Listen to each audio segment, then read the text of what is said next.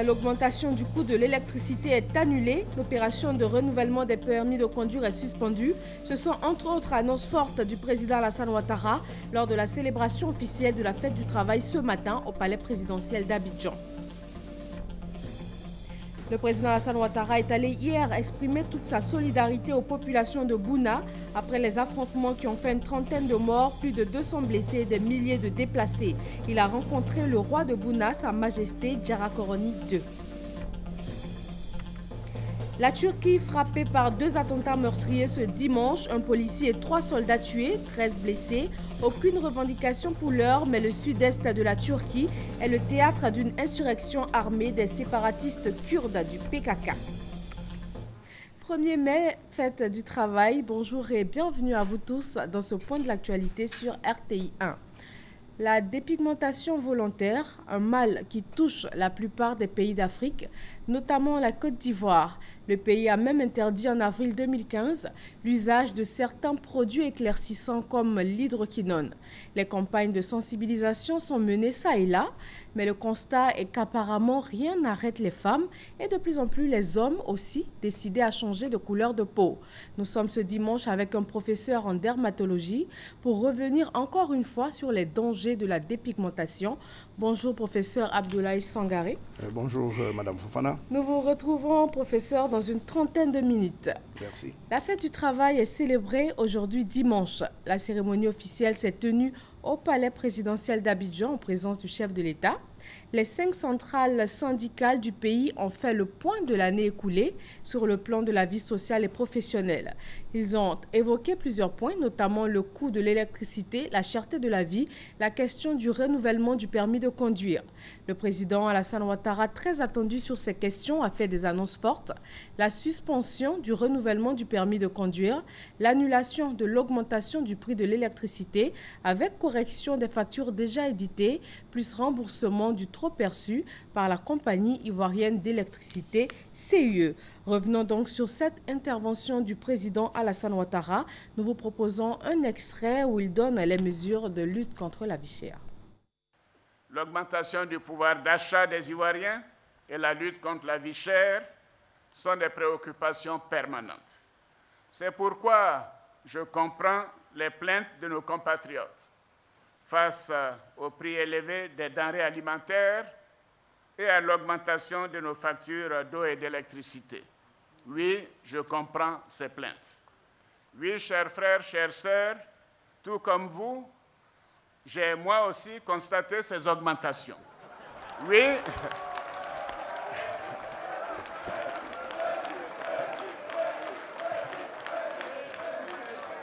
oui, je les ai constatées. Je les ai constatés et je me suis interrogé. Et j'ai interrogé Fantagbe. J'ai dit, mais... Voilà. Et j'ai pu le vérifier auprès de certains membres de ma famille, mes sœurs, mes neveux, tout le monde, ici, partout à l'intérieur. Et bien sûr de certains collaborateurs. Je m'en suis inquiété. Et j'ai voulu en comprendre les raisons avant de m'adresser à vous avec les mesures appropriées. Voyez-vous, nous sommes tous dans le même bateau. Ne pensez pas que le président de la République... Ne pensez pas... Mais je vais vous dire pourquoi. Voyez-vous, je sais que la tchéké se fait de plus en plus rare sur le marché. Est-ce que c'est vrai? Ben voilà, donc nous sommes sur le même bateau. Et lorsqu'on trouve la petite boule d'atchéké est à 200 francs et la boule de format moyen est à 500 francs. C'est vrai ou c'est pas vrai? Ben donc c'est vrai. Il en est de même pour la banane. Oui, la banane, il n'y a quasiment plus de bananes sur le marché. Et il faut débourser 300 francs pour avoir 3 ou 4 petites bananes. C'est vrai ou c'est pas vrai?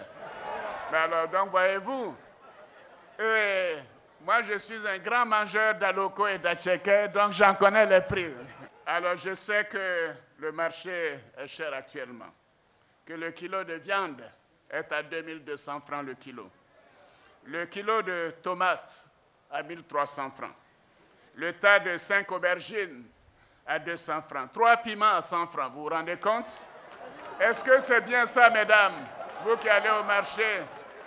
Mais voilà, les raisons de cette hausse, c'est ce que nous devons essayer de comprendre. Pourquoi ces hausses? Les raisons de cette hausse sur les produits vivriers sont essentiellement liées à la sécheresse de ces derniers mois, mais aussi à la spéculation. En ce qui concerne l'électricité, alors ça, je sais que vous m'attendiez sur ce sujet. En ce qui concerne l'électricité, vous savez, moi, je vous parle vrai. Je vous parle vrai, en toute transparence. Le gouvernement a décidé en juin 2015 d'un ajustement de 16%, mais sur 3 ans, du tarif d'électricité, pour nous permettre de produire plus d'électricité. Et quand les économistes le savent, quand l'offre augmente, les prix baissent. Donc, le fait de voir que les prix augmentent n'est pas normal. C'est l'augmentation depuis le 1er janvier cette année qui a posé problème. Car cette augmentation au 1er janvier 2016 devait être de 5% et s'appliquer, et ne devrait pas s'appliquer aux abonnés au tarif social ou aux petits consommateurs qui représentent 70% des abonnés pour ces deux catégories. Donc, que certains comme moi paient plus, ça je l'ai compris. D'ailleurs, chez moi, dès que je rentre, j'éteins la clim. Quand je sors d'une chambre, j'éteins la lumière. Et quand je viens au travail, je dis au personnel, si madame n'est pas là, personne n'est pas là, on éteint toutes les clims parce que l'électricité coûte cher. C'est ce que chacun de nous doit faire, surtout pour les gros consommateurs comme pour les petits consommateurs. Mais malgré cela, même moi, j'ai subi une augmentation très forte du prix de ma facture d'électricité. Et donc, nous avons fait des enquêtes. Après enquête, nous avons découvert que la décision gouvernementale n'a pas été correctement appliquée. Oui, et que certains abonnés ont connu une hausse plus élevée que celle initialement prévue, allant jusqu'à 30, 40 ou même 50% pour certains abonnés. Oui, donc ceux qui se plaignent de ces augmentations ont bien raison. L'augmentation de prix au-delà de 5% n'était pas ce que nous avions décidé. Cela est inadmissible. Donc j'ai décidé de l'annulation pure et simple de l'augmentation de janvier 2016. Oui, j'ai décidé de l'annulation de cette augmentation depuis 2016. Cela n'était pas ce que le gouvernement a décidé. Et je ne peux pas accepter cela. Que le gouvernement décide d'une chose et qu'on fasse autre chose. Le président Alassane Ouattara a également annoncé la suspension de l'opération de renouvellement du permis de conduire. Moi, mon premier permis, je l'ai eu aux États-Unis, j'avais 19 ans. Et le permis est renouvelable tous les 5 ans ou tous les 10 ans. Pourquoi renouveler un permis qui n'a pas encore 10 ans? Je décide la suspension de cette opération. Direction le sud-est de la Côte d'Ivoire, à Boissot, la fête du travail a également été marquée d'une pierre blanche. Le sous-préfet de Kouakro a saisi cette occasion pour saluer la promptitude des fonctionnaires et agents de sa localité. Elle les a exhortés à redoubler d'efforts et à devenir des Ivoiriens nouveaux. Doigt de Laser. Le défilé des entités professionnelles et agricoles de Kouakro.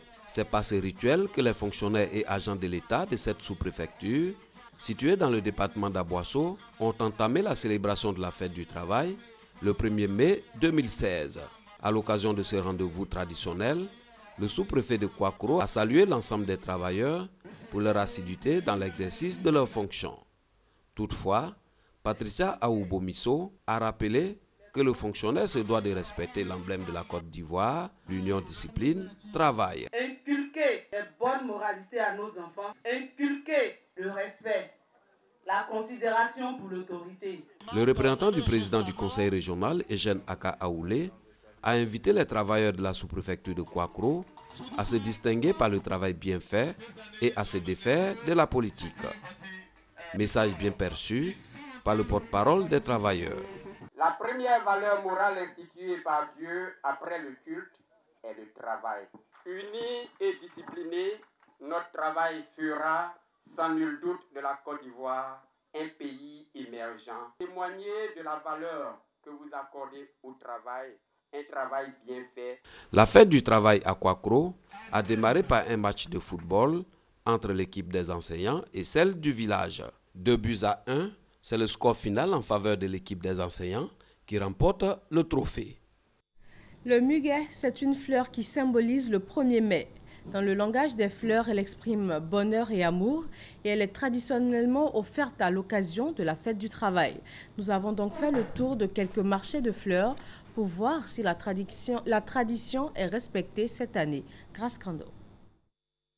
Beaucoup de mes amis sont venus des nuages. Le 1er mai, c'est la fête du travail, mais aussi la fête du muguet. Le muguet, qui est une plante composée d'une tige contenant des grappes de clochettes, offrir un brin de muguet ce jour est symbole d'amour et de bonheur. La fête du travail, c'est la fête de la vie. Je suis donc venu acheter un muguet que je vais offrir à ma femme pour célébrer la vie, pour célébrer le travail. Occasion pour les fleuristes de faire de bonnes affaires. Mais cette année, certains vendeurs attendent encore les clients. Chaque année, les clients viennent commander, puis juger, viennent prendre pour partager aux gens. Mais cette année, on n'a pas trouvé le commande de muguet. Ça n'a pas marché. Des fois, on vend 100 pieds. Cette année-là, on a eu quelque chose de 25 pieds, mais on n'a pas pu vendre même. Un client, mais je n'ai pas encore eu d'abord. Là, on ne peut pas dire que ça marche. Une situation qui n'est pas le cas pour Adama Maïga. Lui, par contre, a le sourire. Hier, on est parti au marché, on a pris beaucoup de muguet, 50 pieds. Aujourd'hui matin, j'ai vendu tout. Ça me restait 5 pieds de muguet. Donc, je pense qu'ici, quelques temps, je vais aller prendre encore pour venir vendre aussi. Donc, vraiment, marché là, ça s'est passé bien. Le muguet est une plante qui pousse dans les vallées. Il est très utilisé en parfumerie. Le muguet du 1er mai. En France, le climat est tendu pour ce 1er mai. Il se déroule sous haute sécurité. Après 2 mois de contestation et de manifestations émaillées de violences contre la loi travail. Quelques heures seulement avant que les défilés ne commencent, Manuel Valls a adressé une ferme mise en garde aux casseurs éventuels, appelant chacun à prendre ses responsabilités. Revenons sur la journée d'hier ici en Côte d'Ivoire. Le président Alassane Ouattara s'est rendu dans le nord-est du pays. Il a rencontré les populations de Bouna. Il est allé leur exprimer toute sa solidarité après les affrontements qui ont fait une trentaine de morts, plus de 200 blessés et des milliers de déplacés. Le président a rencontré le roi de Bouna, Eugène Atoubé. Un moment particulier et significatif pour le royaume de Bouna. L'arrivée à la cour du président de la République. Il est 11h30 quand Alassane Ouattara franchit le portail d'entrée où l'attendait toute la cour et les autorités administratives de Bouna.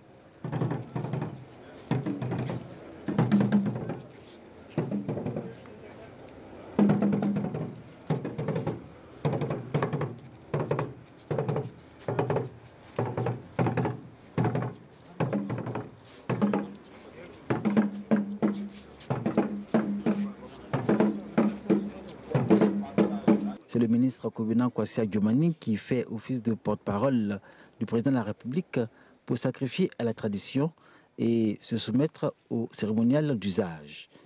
Le président Alassane Ouattara est reçu par Sa Majesté Diarra Coronu. Un entretien qui a duré environ 1 heure, un huis clos. Au sortir, aucune déclaration. On sait toutefois que le président Alassane Ouattara est venu apporter sa compassion au roi de Bouna et aux populations de cette localité après les violences intercommunautaires survenues au mois de mars dernier. Dès son arrivée à l'aéroport de Bouna, il avait même lancé aux parties en conflit un appel à l'apaisement. Appel qui devrait trouver un écho favorable au regard des actions menées déjà sur le terrain et la volonté des communautés vivant à Bouna de toujours vivre ensemble dans la cohésion, l'harmonie et la paix.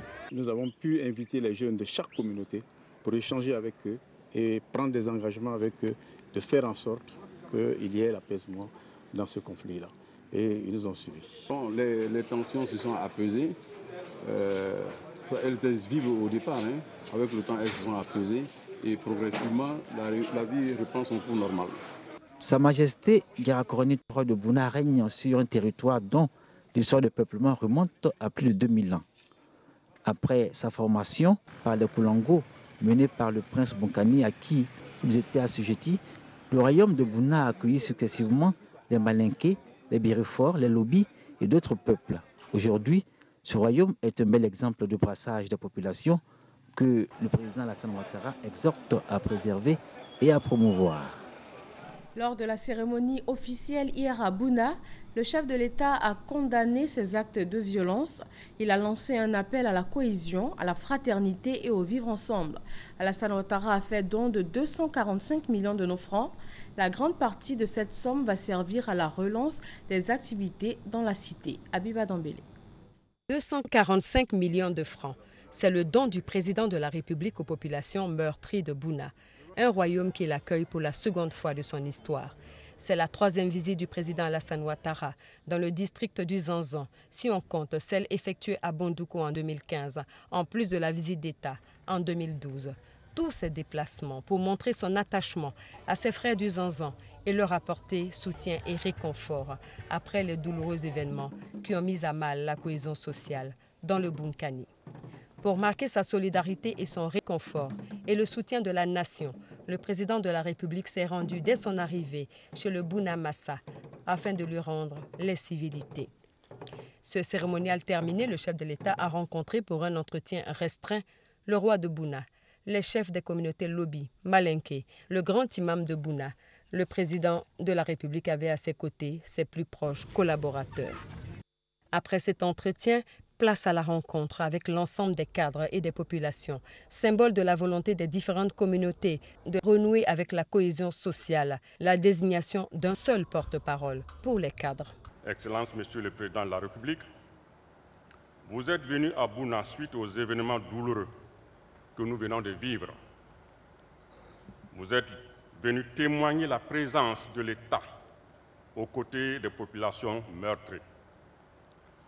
Vous êtes venu exprimer votre compassion, la compassion de la République aux familles des victimes et à la population du Bonkani dans son ensemble. Excellence, Monsieur le Président de la République, nous vous remercions pour cette présence réconfortante dont nous saluons la haute portée pour l'apaisement des cœurs et des esprits. Excellence, Monsieur le Président de la République, vous avez engagé notre pays sur la voie de l'émergence à l'horizon 2020. Vous prenez le vivre ensemble par l'exemple. C'est au moment où nous nous activions pour traduire en acte votre philosophie de vivre ensemble que sont survenus ces violents et tristes événements. Nous aurions voulu épargner notre pays de tels événements qui n'honorent pas les populations de Bouna. Nous présentons donc nos excuses à vous-même, Monsieur le Président de la République, et à la nation tout entière pour les peines que nous avons provoquées. Pour le ministre d'État, Ahmed Bakayoko, la présence du chef de l'État dans le Bonkani prouve son attachement au vivre ensemble. Vous avez dépêché 3 missions conduites par des membres du gouvernement. D'abord, la ministre en charge de la solidarité et de la cohésion sociale qui a apporté des dons et des vivres pour soulager les populations. Les ministres de la région, le garde des Sceaux, le ministre de la Justice, Madame la ministre du Plan et du Développement sont venus apporter soutien, compassion aux populations. Nous sommes venus également avec une délégation de ministres rencontrer les communautés, apporter votre message de paix et de compassion. Aujourd'hui, pour couronner tout cela, vous venez en personne, vous-même, apporter votre message de paix, votre message de paix, votre message de paix, de vivre ensemble aux communautés et les inciter à faire la paix. Dans son adresse aux populations, le président Alassane Ouattara a rendu hommage aux victimes et promet que justice sera rendue. J'ai été choqué et peiné par ces événements. Oui, d'abord par l'ampleur, la brutalité, la rapidité. Et aussi le fait que cette vague de violence est intolérable et je la condamne. Je ne puis accepter cela. J'adresse mes condoléances les plus attristées à toutes les familles qui ont perdu des proches. Oui, et je le fais avec toute la sincérité qui est mienne. Je souhaite un prompt rétablissement aux blessés qui continuent de souffrir des traumatismes, des violences endurées. Je peux vous dire, avec toute la force que j'ai pu l'exprimer, une enquête sera diligentée et nous punirons tous les coupables que nous trouverons. Je voudrais mettre en garde ces ennemis de la paix, oui, qui pour certains se croient tapis dans l'ombre et qui saisissent toutes les opportunités pour mettre à mal non seulement la coexistence pacifique entre les communautés, mais aussi l'unité nationale. Je serai ferme et sans état d'âme.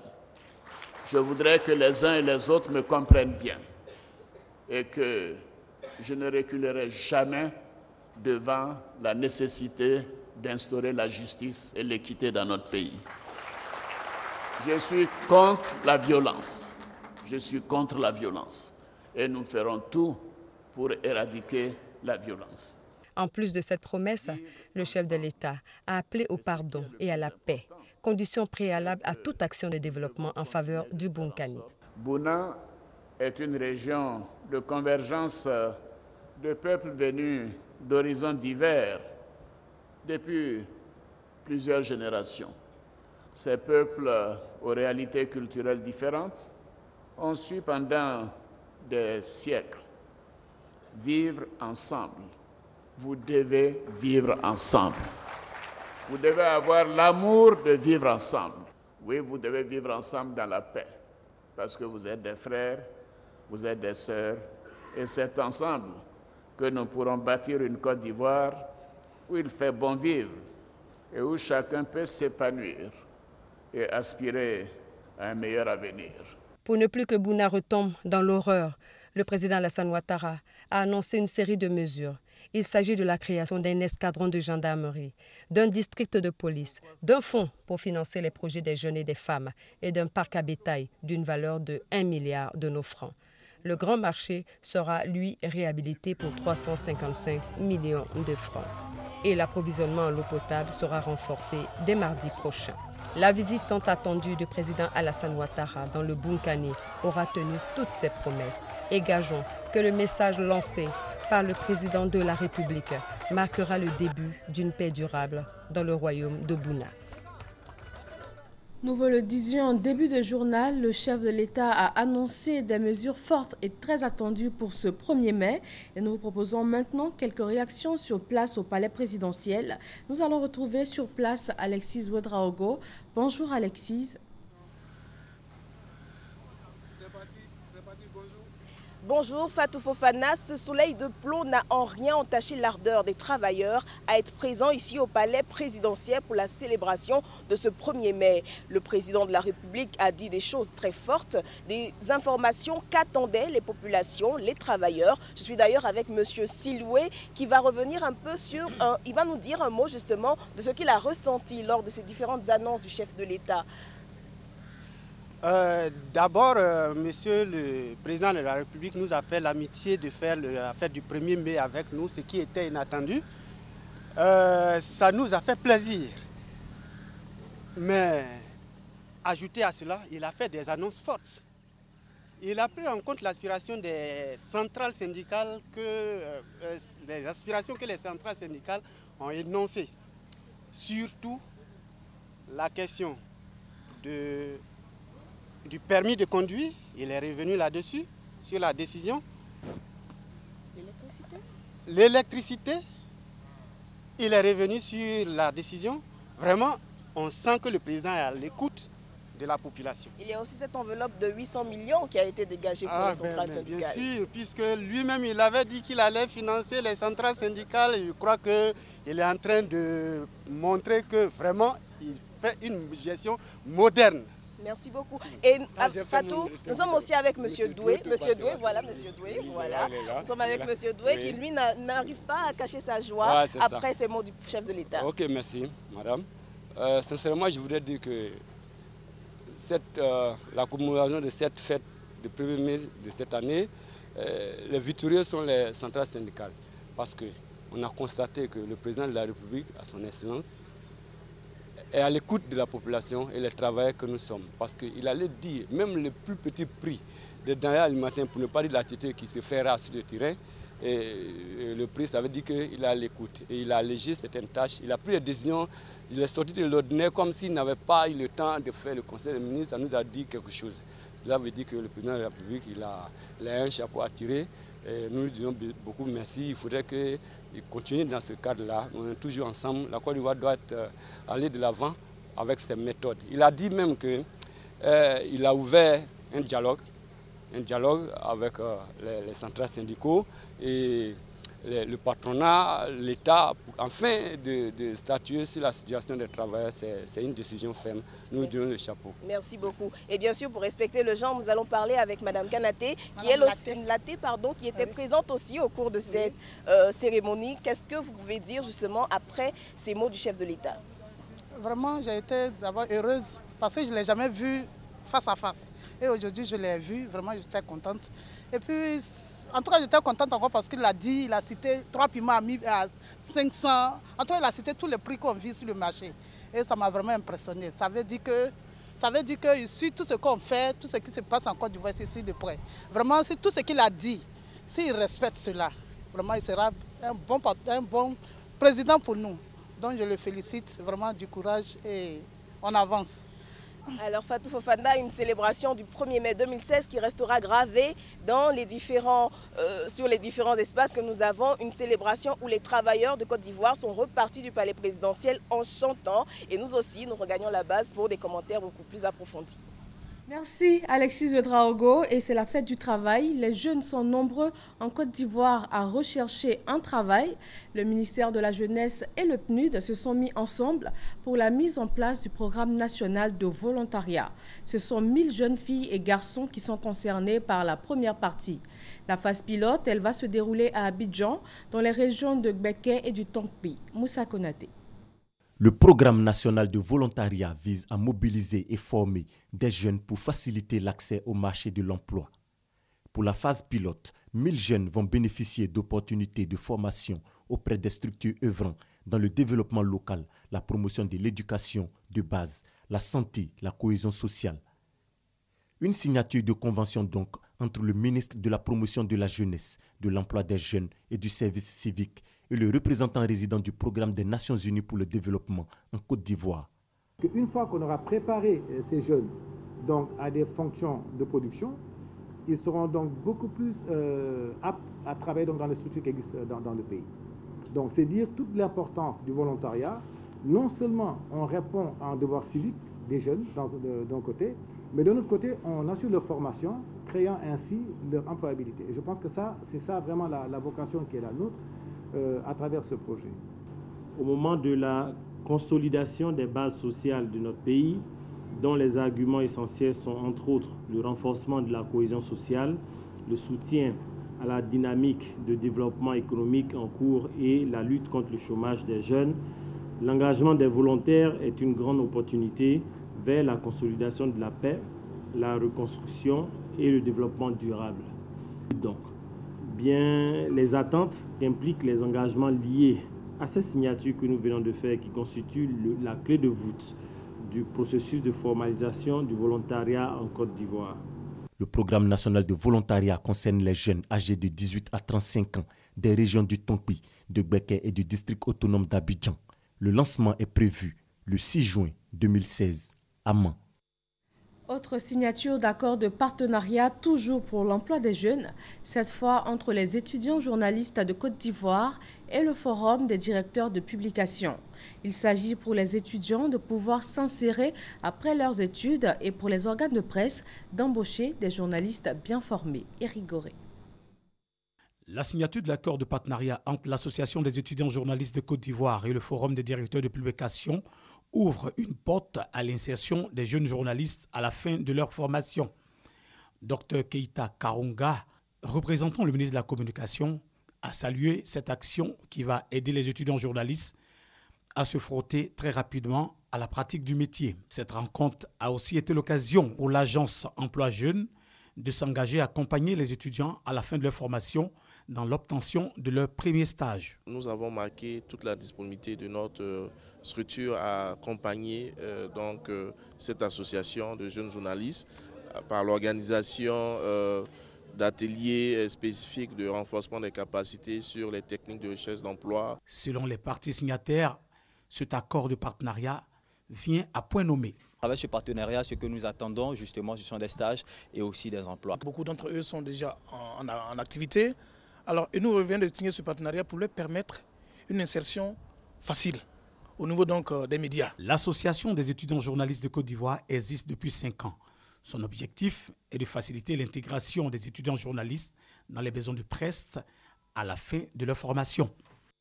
En Côte d'Ivoire, les feux de brousse ont fait de nombreux dégâts matériels dans le département de Saint-Fra, région de la Maraoué. Le Conseil du café cacao a donc décidé de venir en aide à ces nombreuses populations sinistrées. Des vivres leur ont été distribués et elles ont été sensibilisées sur les gestes à adopter pour éviter les feux de brousse. Thérèse Yoboué. Des hectares de plantations de café et de cacao et même du vivrier ont été ravagés récemment par des feux de brousse dans plusieurs localités du département de Saint-Fra. Le Conseil du café et du cacao a décidé de voler au secours des sinistrés de ces feux de brousse. 250 sinistrés au total. Ils ont reçu des vivres composés de tonnes de riz, de bidons d'huile, de boîtes de tomates. Les bénéficiaires ont exprimé leur gratitude au Conseil café-cacao pour ce geste de réconfort. Ils ont souhaité que l'État, à travers le Conseil, les aide à renouveler leurs vergers partis en fumée. Message bien perçu par les responsables du Conseil café-cacao. Ils ont décidé de mettre à la disposition des sinistrés des semences améliorées à haut rendement pour le renouvellement de leurs plantations. Quant au sous-préfet de Kononfla, il a invité les populations à tout mettre en œuvre pour éviter les feux de brousse qui peuvent anéantir des efforts de plusieurs années de dur labeur. Au Congo-Brazzaville, le nouveau gouvernement est maintenant connu. Nommé Premier ministre il y a une semaine, le chef du gouvernement congolais Clément Mwamba a composé son équipe. La liste des membres a été publiée hier samedi. Il s'agit d'un gouvernement de rupture marqué par l'entrée de novices à différents portefeuilles et le départ de 4 des 5 anciens ministres d'État. 2 attentats ont simultanément frappé la Turquie ce dimanche. Une attaque à la voiture piégée a visé un poste de police dans l'est de la Turquie, une ville proche de la frontière avec la Syrie. Un policier a été tué et 13 autres personnes blessées. Une seconde attaque a frappé la ville de Nusaybin dans le sud-est où 3 soldats ont péri. C'est l'heure maintenant du magazine du dimanche.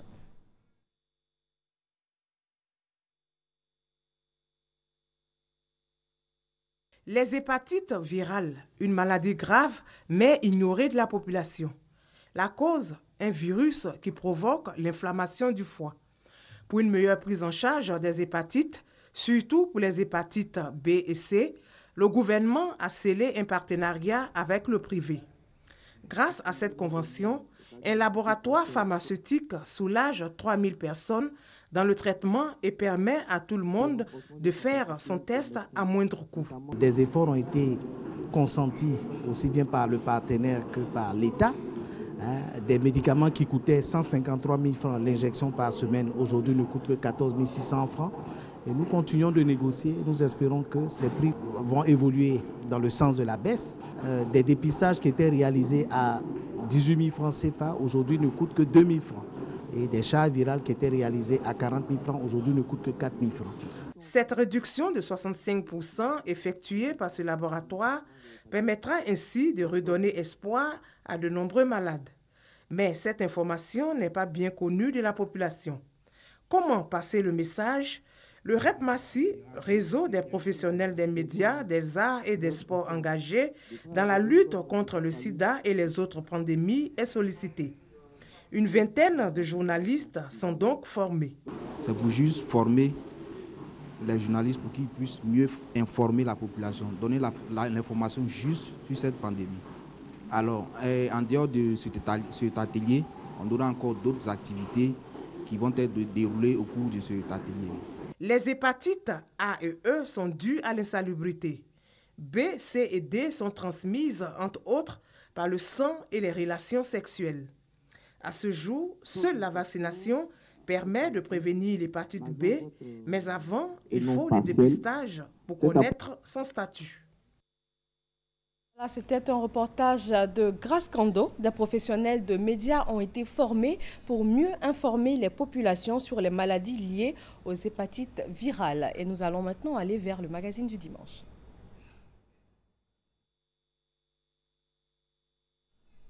Malgré les nombreuses mises en garde des spécialistes de santé et même les mesures d'interdiction des dirigeants, la dépigmentation continue de faire recette en Afrique. Pourtant, de nombreuses complications menacent les personnes qui s'adonnent à cette pratique. À l'occasion de son 30e congrès, l'Association des dermatologistes francophones se penche une fois de plus sur la question. Comment minimiser les risques liés à ce phénomène à défaut de l'endiguer totalement? On est impuissant devant la volonté de ces femmes qui ne veulent pas de leur teint. Dire qu'on va supprimer la dépigmentation provoquée, c'est difficile parce que quand on les voit, elles ne veulent jamais laisser ce traitement. Même malgré toutes les complications qu'elles présentent, elles te diront tout, mais je ne veux pas noircir.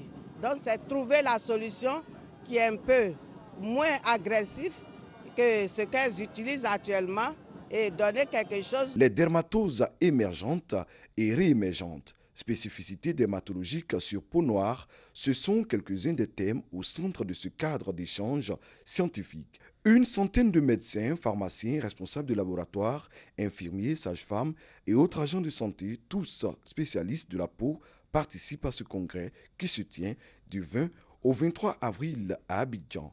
Au-delà des réflexions, ces assises organisées par la Société ivoirienne de dermatologie et de vénérologie visent à renforcer les liens entre les dermatologues du monde francophone. Voilà, la Côte d'Ivoire a donc abrité le 30e congrès francophone de dermatologie. C'était dans ce reportage de Serge Coléa.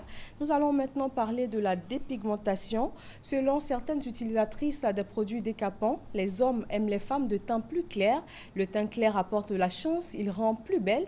Mais ce n'est pas cet angle qui nous intéresse aujourd'hui. Nous allons plutôt parler des conséquences sur la santé. C'est votre domaine puisque vous êtes dermatologue. Rebonjour, professeur Abdoulaye Sangaré. Bonjour Fofana. Alors nous allons faire le bilan de ce congrès qui vient de se tenir, mais nous allons d'abord parler du thème, c'était dermatose émergente et réémergence. Qu'est-ce que cela veut dire? Effectivement, le thème principal c'était dermatose émergente et réémergente. C'est un thème qui est assez galvaudé et ce congrès nous a permis de mieux comprendre ce que cela voulait dire. Alors les dermatoses émergentes sont des dermatoses qui vont avoir une augmentation de l'incidence de façon significative dans une période bien donnée, dans une population bien donnée et dans une contrée bien donnée. On comprend, professeur, que c'est votre jargon, mais d'abord le mot dermatose. Alors, dermatose, c'est toutes les pathologies qui vont affecter la peau. C'est ça les dermatoses. D'accord. D'accord. Alors donc, on va faire le bilan de ce congrès qui s'est tenu. Mais ce fut un congrès qui, je dirais, ma foi, a réussi. Nous avons pu réunir à Abidjan 300 congressistes qui sont venus de 19 pays.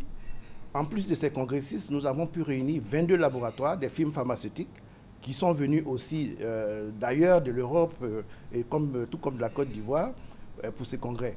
Et à l'issue de ces congrès, nous avons pu avoir à peu près 51 communications orales et 110 posters. Donc c'est dire que c'était quand même un congrès assez réussi. Et nous en sommes vraiment fiers. Alors, lors de cette rencontre, il y a eu des moments dédiés à la peau noire. De quoi est-ce qu'il a été question?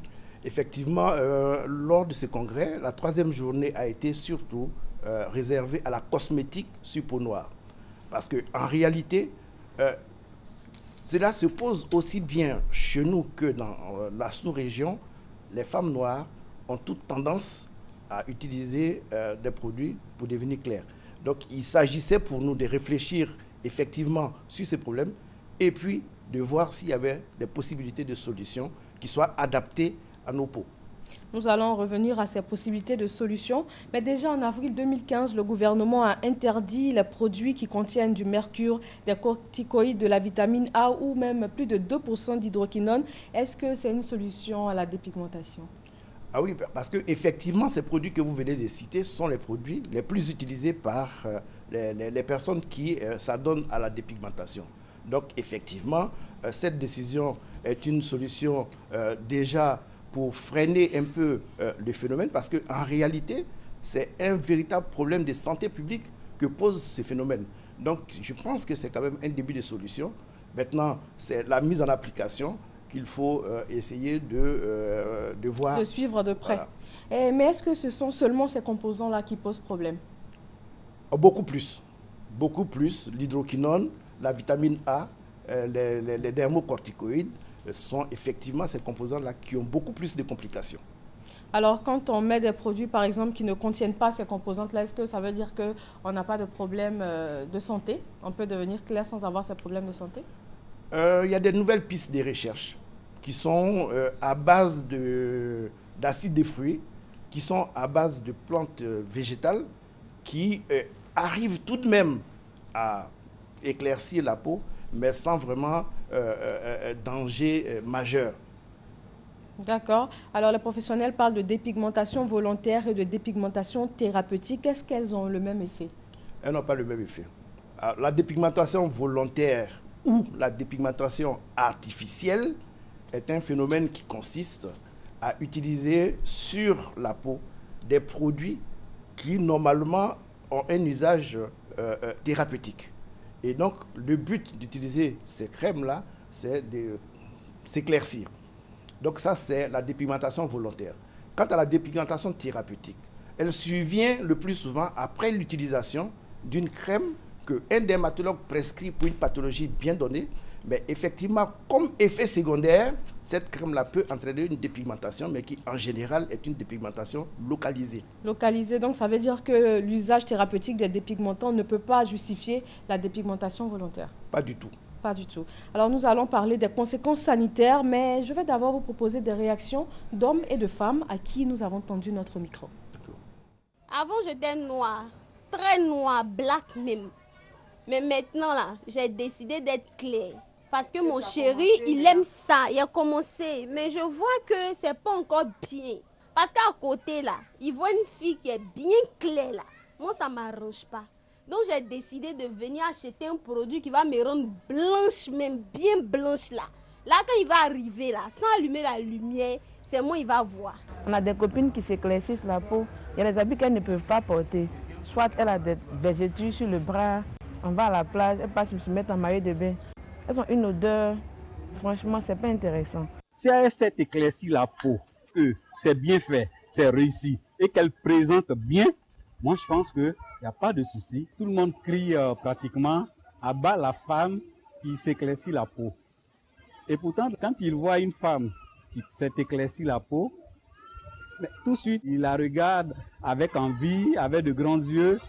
Voilà, moi je pense que c'est plutôt de l'hypocrisie. C'est du gâchis parce que la peau noire est une très belle peau. Pourquoi ne pas rester naturel? Parce que c'est ce qui est naturel qu'on peut offrir à quelqu'un. Alors que l'autre côté de se dépigmenter, c'est aller contre la volonté de Dieu. Professeur Sangaré, nous avons vu plusieurs types de réactions. On a même vu au début une jeune dame qui soutient mordicus qu'elle va devenir blanche. Donc, on va parler des conséquences donc, de ce phénomène. On distingue les conséquences locales, donc directement visibles sur la peau. Et puis, il y a aussi les conséquences à long terme comme l'hypertension, le cancer ou même l'insuffisance rénale. Vous allez d'abord nous parler du premier type, les conséquences locales. Effectivement, les complications liées à la dépigmentation volontaire sont de deux grands ordres. Le premier ordre, ce sont les complications locales.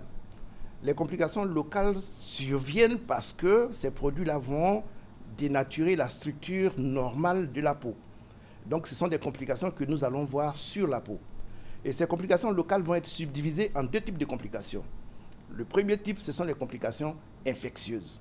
Donc, ce sont des gens qui vont faire des furoncles à répétition, qui vont faire des abcès à répétition, qui vont faire même la gale à répétition, tout simplement parce que ces produits-là auront baissé l'immunité cutanée. Donc ça, c'est le premier type de complications locales. À côté des complications infectieuses, il y a un deuxième type de complications locales. Il s'agit des complications qui posent véritablement un problème esthétique. Ce sont des complications à type de la peau qui devient foncée au niveau des jointures des articulations, au niveau du coude, au niveau du genou. C'est aussi la pigmentation très foncée au niveau du pourtour de l'œil, qui va donner des yeux en lunettes. C'est aussi, comme autre complication locale, ce sont des vergetures qui, en fait, on le voit sur les images, comme on le voit sur les images, qui sont liées, en fait, à la fracture du derme. Parce que vous savez, la peau est subdivisée en 3 parties. L'épiderme, c'est ce que nous voyons. Et en dessous de l'épiderme, il y a le derme. Donc, ces vergetures-là sont liées à la fracture du derme. Donc, c'est le derme qui se casse et va donner ce type de lésions. Donc, ce sont en général ces types de complications que nous avons.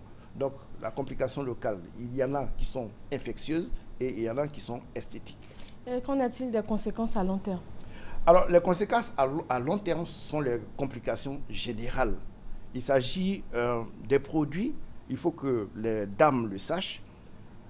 Chaque produit que nous mettons sur la peau passe la barrière cutanée et il va s'émettre au niveau sanguin et par voie sanguine va entraîner des complications.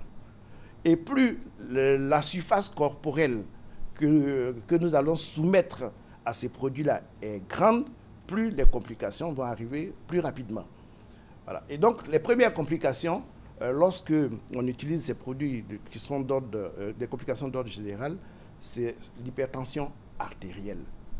Parce que ces produits-là vont aller comprimer les vaisseaux. Donc, il y a une pression qui va se faire au niveau des vaisseaux et qui va entraîner cette hypertension artérielle.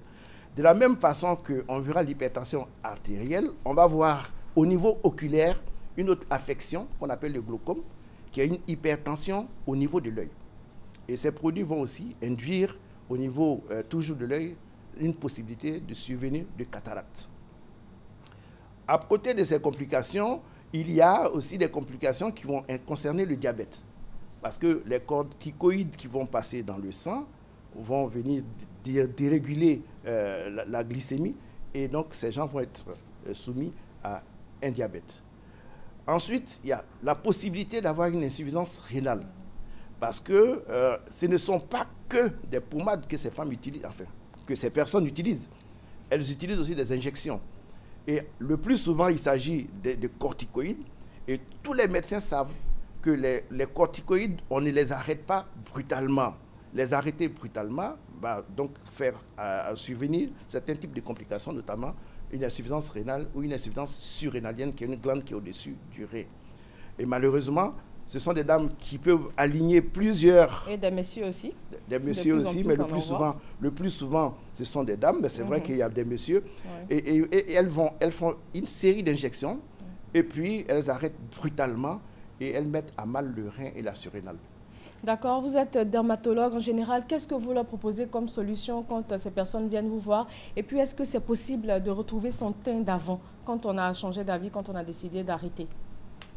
Effectivement, il arrive certaines, mais à un âge avancé qui accepte d'arrêter, mais il est trop tard parfois. Il est trop tard, mais nous avons la possibilité de restaurer la peau. Mais malheureusement, ce qui arrive à nos consultations, c'est que quand ces personnes arrivent, elles veulent maintenir le niveau de leur teinte fabriquée. Et cela n'est pas évident.